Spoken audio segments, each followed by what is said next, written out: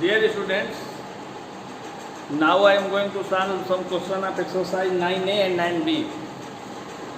Then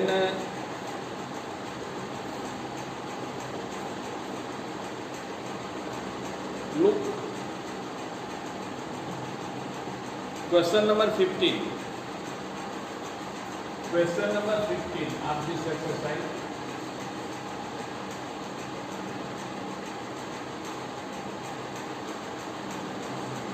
The extension in an elastic string varies directly as the weight hung on it. एक string है, means धागा है, रस्सी है, उस पर अगर हम वेट लटकाते हैं तो डायरेक्टली वेरिएशन है, मतलब जितना वेट लटकाएंगे उतना वो लंबा होती जाएगी. If a weight of 150 gram produces an extension of 2.8 centimetre, what weight would produce an extension of 19.6 metre. Means अगर 150 ग्राम का वेट उस पर हम करते हैं, लटकाते हैं, तो एक्सटेंशन होता है 2.8 सेंटीमीटर. तो 19.6 सेंटीमीटर हम होने के लिए वेट कितना चाहिए? Very easy. For an extension of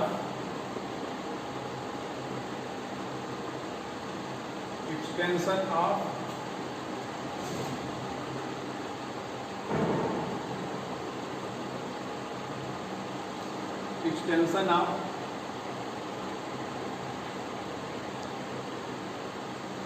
2.8 centimeter,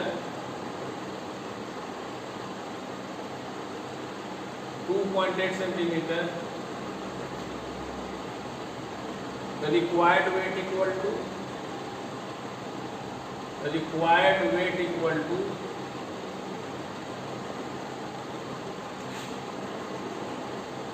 1.5 gram, 150 gram. So, for an extension of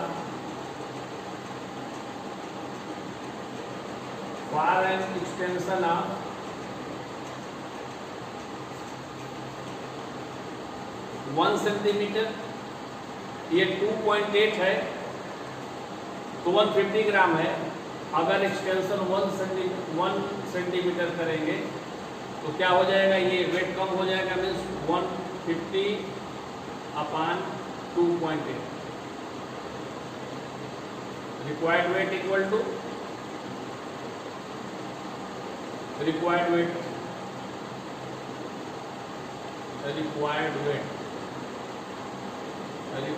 wait equal to 150 upon 2.8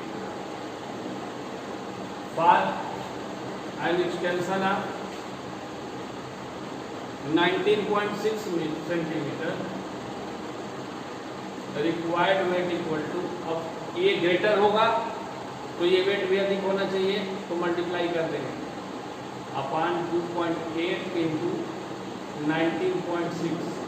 ये देखिए 1 प्लस में डिस्मल यहाँ भी है, डिस्मल यहाँ भी कैंसिल हो जाएगा. 4 से करते हैं, 4 7 जा, 4 4 जा 16, 4 9 जा एंड 7 7 जा. अब 15 7 जा 105 gram, means 1 kg 50 gram. This is your answer. Now we will solve some question of exercise 9B.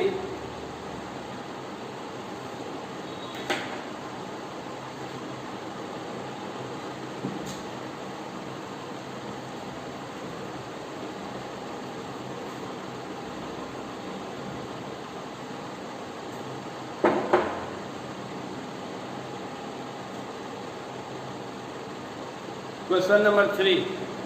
45 cows can graze a field in 13 days. How many cows will graze the same field in 9 days? अगर 45 cause हैं तो किसी field को 13 days में graze करते हैं, चल जाती है, तो कितनी गाय रहेंगी तो उसको 9 डेज में ग्रेज करेंगे. आप देख रहे हैं अगर 45 काउज हैं तो 13 डेज में कर रही हैं, तो 9 डेज में, मतलब डेज अगर कम होगा तो नंबर ऑफ काउज बढ़ना चाहिए। ये इन्वर्स प्रोपोर्शन है, इन्वर्स वेरिएशन इसको बोलते हैं। एक बढ़ेगा तो एक घटेगा, मतलब अगर डेज घटेगा तो नंबर ऑफ काउज बढ़ेगा। सो इन 30 days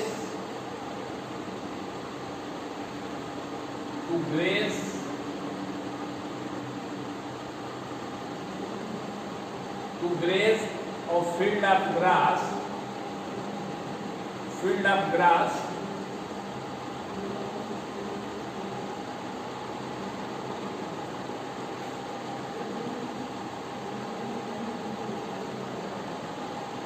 in 13 days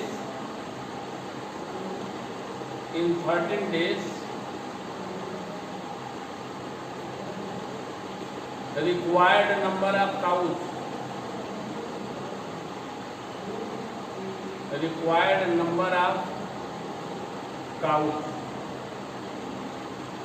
equal to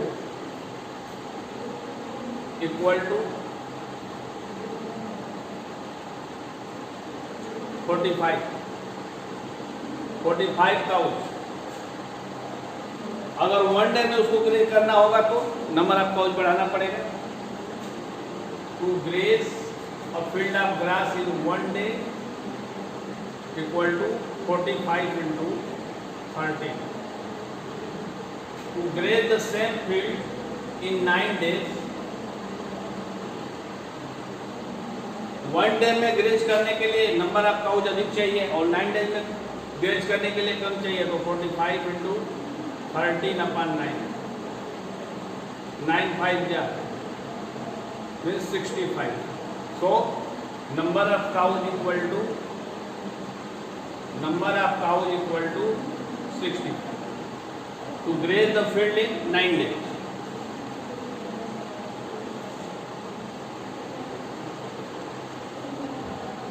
Question number 7. This was question number 3. It was question number 3. Now I will solve question number 7.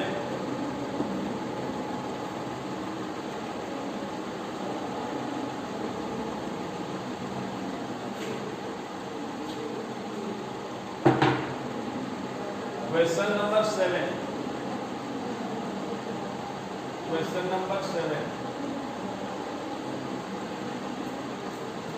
A bus covers a certain distance in 3 hours 20 minutes at an average speed of 45 km. How long will it take to cover the same distance at the speed of 36 km/h? आप distance से related, speed time distance माने speed time से related question solve किए होंगे तो आपको पता है distance equal to time into speed. अगर कोई बस 45 के स्पीड से किसी डिस्टेंस को 3 आवर 20 मिनट में अगर कवर करती है तो उसी डिस्टेंस को 36 किलोमीटर के अगर स्पीड से कवर करेगी तो उसको अधिक टाइम लगेगा या कम लगेगा? स्पीड अधिक है तो टाइम कम लगना चाहिए और स्पीड अगर कम है तो टाइम अधिक लगना चाहिए। तो यहाँ 45 का स्पीड है तो उसको टाइम लगता है 3 आवर 20 मिनट्स। तो निश्चित तौर पर जब उसकी स्पीड 36 होगी तो टाइम और अधिक लगेगा। सो पहला टाइम दिया हुआ टाइम इक्वल टू, पहले इसको चेंज कर लेंगे आवर में, 3 our and 20 minutes,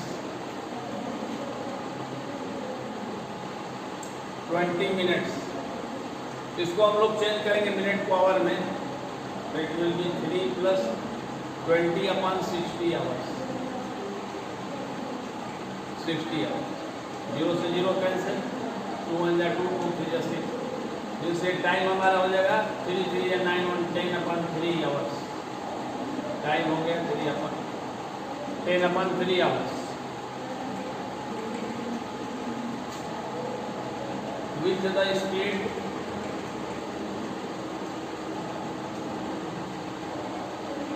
speed of 45 km/h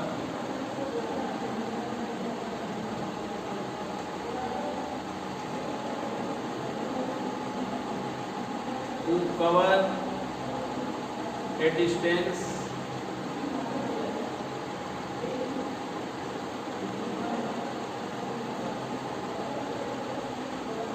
time taken equal to 10/3 hours। 45 के स्पीड से अगर डिस्टेंस कवर करती है तो उसको 10/3 आवर्स लगता है। तो with the speed of 1 kilometre per hour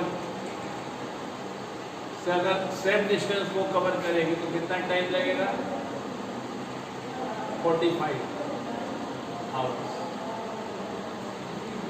1 kilometre पे स्पीड से अगर वो कवर करेगी तो मल्टीप्लाई करना पड़ेगा। फिर अगर वो 36 के स्पीड से कवर करती है सेम डिस्टेंस को तो 10/3 इंटू 45/36 आवर्स।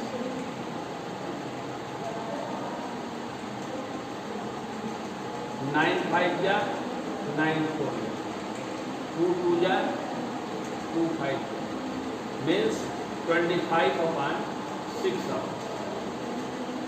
और 4 होल 1/6 hours।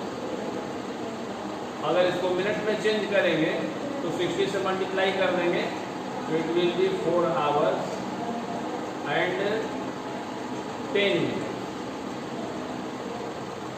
उसी डिस्टेंस को अगर 36 के स्पीड से सेम व्हीकल द्वारा तय करेंगे तो आपको टाइम लगेगा 4 hours and 10 minutes।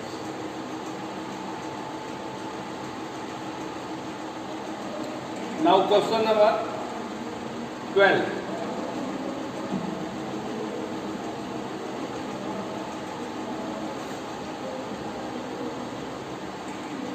Read this question carefully and question 11 was same.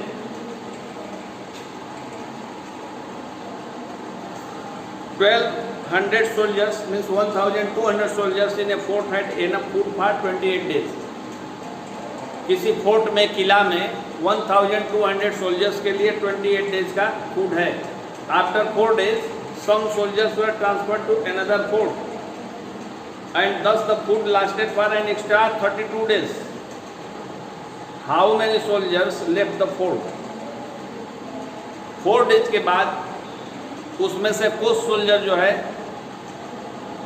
वहाँ से ट्रांसफ़र कर दिए गए और बाकी जो फूड बचा हुआ था जो चलना कितना चाहिए था 24 डेज, क्योंकि 4 डेज तक तो वो लोग खाए थे तो 24 डेज चलना चाहिए, लेकिन वो फूड कितने दिन चला? 32 डेज चला। तो आपको बताना है कि नंबर ऑफ सोल्जर्स कितने ट्रांसफ़र कर दिए गए, कितने सोल्जर्स चले गए मीन्स कितने कम हो गए। तो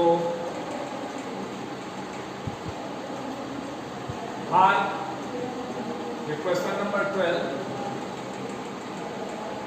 number 12 after number of days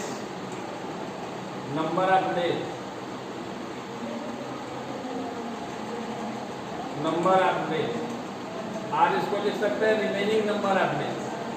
remaining number of days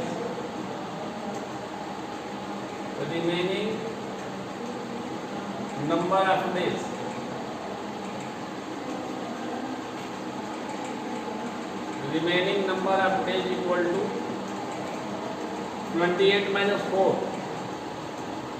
is equal to 24 days and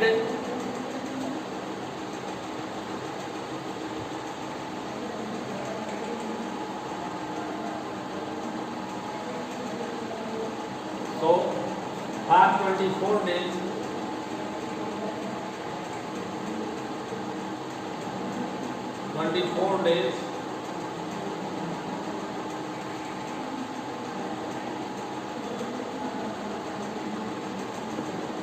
food is sufficient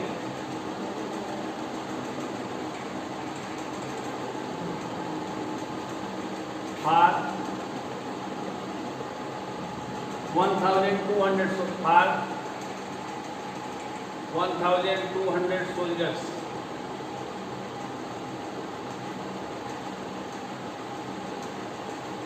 soldiers.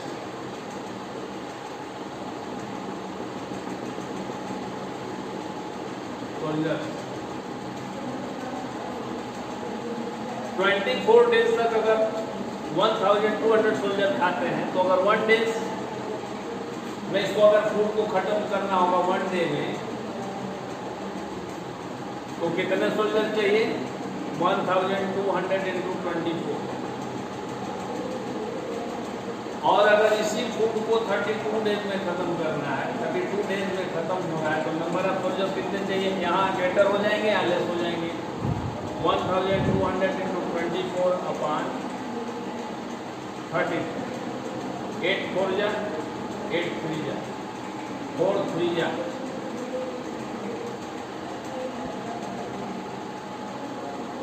9।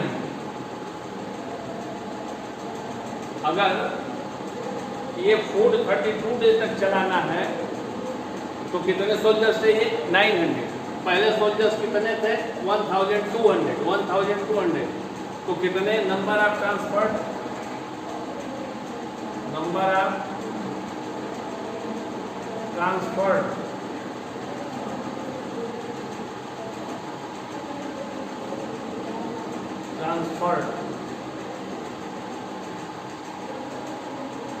soldiers equal to 1200 minus 900 equal to 300। Means 300 soldier वहाँ से ट्रांसफर कर दिए गए। सो ये फूड जो है कितने दिन तक चला? 32 डेज तक चला। इसी तरह है एक्सरसाइज 9C, इसमें ऑब्जेक्टिव टाइप क्वेश्चन दिए गए हैं, इसको आप सॉल्व करेंगे और 9ABC इसको कंप्लीट कर लेंगे। अगर कोई आपको प्रॉब्लम होता है तो आप मुझसे पूछ सकते हैं। Thank you.